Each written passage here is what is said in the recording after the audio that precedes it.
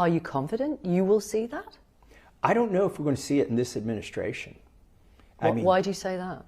Because Pam Bondi has, she's been so against this. I would say from the beginning, but in the beginning, I think she earnestly was ready to release files, and then I think she wasn't in on the joke when they gave her those binders that had nothing in it. Then she found out she looked like a joke, and she shot off the angry letter to the FBI. But at some point, somebody got to Pam Bondi and said, it's your job to cover. You said last week that you have the Epstein files on your desk. When can we see them, and what's taking so long to release them? I do. Jesse, there are well over, this will make you sick, 200 victims. 200. So we have, well over 250 actually. So we have to make sure that their identity is protected and their personal information. But other than that, I think tomorrow, the personal information of victims. Other than that, I think tomorrow, Jesse, breaking news right now, you're going to see some Epstein information being released by my office. What kind? Are we going to see who was on the flights? Are we going to see any evidence from what he recorded? Because he had all of his homes wired with recording devices. Yeah, what you're going to see, hopefully tomorrow, is a lot of flight logs, a lot of names, a lot of information, but it's pretty sick what that man did. Okay, well, we'll along look with for his that. co-defendant. Absolutely, and he had help. That's for He sure. sure did. What a massive cover-up this has been and continues to be.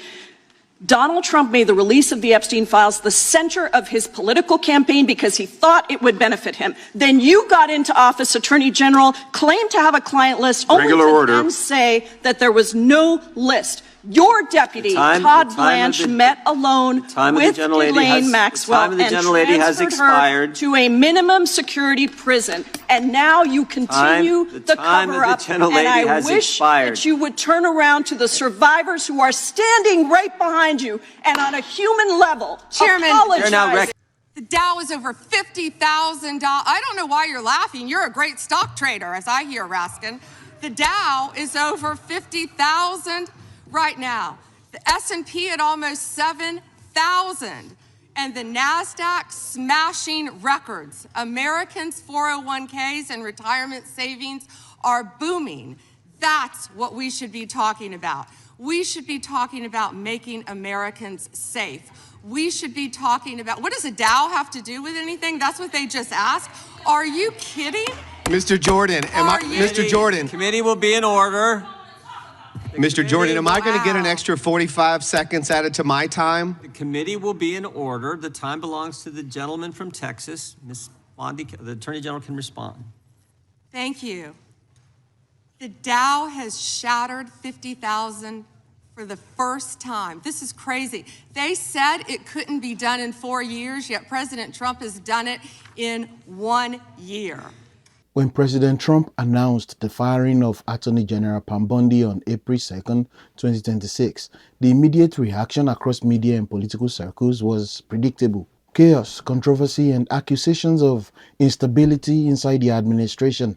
But if you strip away the noise and, more importantly, the framing, this move looks far less like a reckless purge and far more like a calculated correction. In fact, there is compelling argument to be made that this decision was not only justified but necessary, because at the center of this story isn't just personnel. It's performance, credibility, and control over the most powerful legal institution in the United States, the Department of Justice. Presidents don't remove attorneys general lightly. The role is too central, too visible, and too politically sensitive.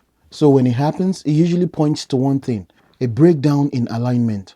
According to multiple reports, Trump's frustration with Bondi was not personal. By most accounts, he liked her.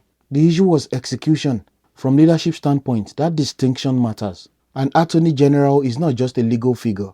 They are the operational arm of the administration's legal and institutional vision. If the vision isn't being executed effectively or aggressively enough, then, from the president's perspective, the system isn't working. And in high-stakes environments, underperformance isn't neutral. It's a liability. One of the most damaging pressure points in Bondi's tenure was her handling of the Jeffrey Epstein investigation files. This wasn't just another bureaucratic issue, it became a credibility crisis. When claims surfaced about the existence of a client's list, expectations skyrocketed. The public, lawmakers, and media all leaned in. But when the Department of Justice later acknowledged that such a list did not exist, the narrative shifted quickly from anticipation to suspicion. Even if no wrongdoing occurred, the damage was already done. In politics and law enforcement, perception matters almost as much as reality. Once doubts about transparency takes hold, restoring trust becomes extremely difficult. From Trump's perspective, this wasn't just a communications misstep. It was a loss of control over a high-profile narrative, one that directly impacts public confidence in the justice system. Replacing leadership in that context becomes less about blame and more about resetting credibility. Another major factor appears to be Bondi's inability to successfully prosecute key political figures, including James Comey and Letitia James. Now, this is where things get more nuanced. Prosecution failures don't automatically mean incompetence. Courts dismiss cases for many reasons: insufficient evidence, legal technicalities, jurisdictional issues. But in a political environment where expectations are high, outcomes matter more than explanations. From Trump's standpoint, these cases represented more than legal actions. They were part of a broader narrative about accountability and institutional fairness. When those cases collapsed quickly in court, it didn't just reflect on the legal merits, it signaled weakness in execution. And repeated high-profile failures can erode both internal confidence and external authority. At that point, the question becomes unavoidable. Is the current leadership capable of delivering results? If the answer is no, or even not consistently, change becomes inevitable. Perhaps the most important factor, and the least discussed in superficial coverage, is what insiders described as Bondi's failure to fully execute Trump's vision for the Department of Justice. This is not a minor issue. Every administration comes in with a different philosophy about how the DOJ should operate, how aggressive it should be, what priorities it should pursue, and how it should engage with politically sensitive cases. If the Attorney General is out of sync with that vision, even slightly, it creates friction. If they are significantly out of sync, it creates paralysis. From what we know from the reporting available, it appears Trump believed Bondi was not moving aggressively enough, not acting decisively enough, and not aligning tightly enough with the administration's objectives. In a slower political era, that might be manageable. In the current environment, it's not.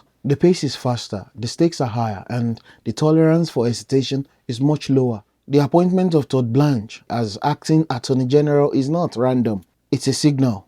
Blanche's background as Trump's former defense lawyer suggests a high level of trust, familiarity, and alignment. That matters in a role where legal strategy intersects directly with political objectives. This move indicates that Trump is prioritizing loyalty, clarity of direction, and execution speed. Now, I know critics will frame this as consolidation of power, and supporters will frame it as ensuring alignment. But from a purely operational perspective, it represents something simpler, a shift toward tighter control and more predictable outcomes. Bondi's tenure was already marked by significant internal upheaval, mass firings, restructuring, and ongoing investigations tied to Trump-era issues. That kind of disruption creates instability. And when instability meets high expectations, leadership becomes even more critical. Now, the fact that Bondi was facing a congressional subpoena related to the Epstein files only added to that pressure. At that point, the situation becomes untenable. Even if she had remained, her ability to lead effectively would likely have been compromised by the ongoing scrutiny and political headwinds. In that light, a removal can be seen not as a reaction, but as a preemptive stabilization move. Taken together, these factors point to a broader conclusion. This firing may represent a reset, a chance to re-establish control, clarify priorities, and rebuild momentum within the Department of Justice. For an administration navigating multiple legal, political, and institutional battles, having a fully aligned and decisive Attorney General is not optional. It is essential. And if that alignment wasn't present before, replacing leadership becomes not just justified, but necessary. At first glance, the firing of Pam Bondi looks like another moment of political turbulence. But viewed more closely, it reflects something more structured. A leader reassessing performance, recalibrating strategy, and making a change to better align execution with vision. Whether or not one agrees with Trump's broader policies or not, the logic behind this decision follows a consistent pattern. Loss of narrative control, high-profile operational failures, strategic misalignment, increasing external pressure. At a certain point, continuity becomes a greater risk than change. And in that context, this wasn't just a firing, it was a reset. One that could define the next phase of how this administration approaches power, accountability, and control over the institutions that shape both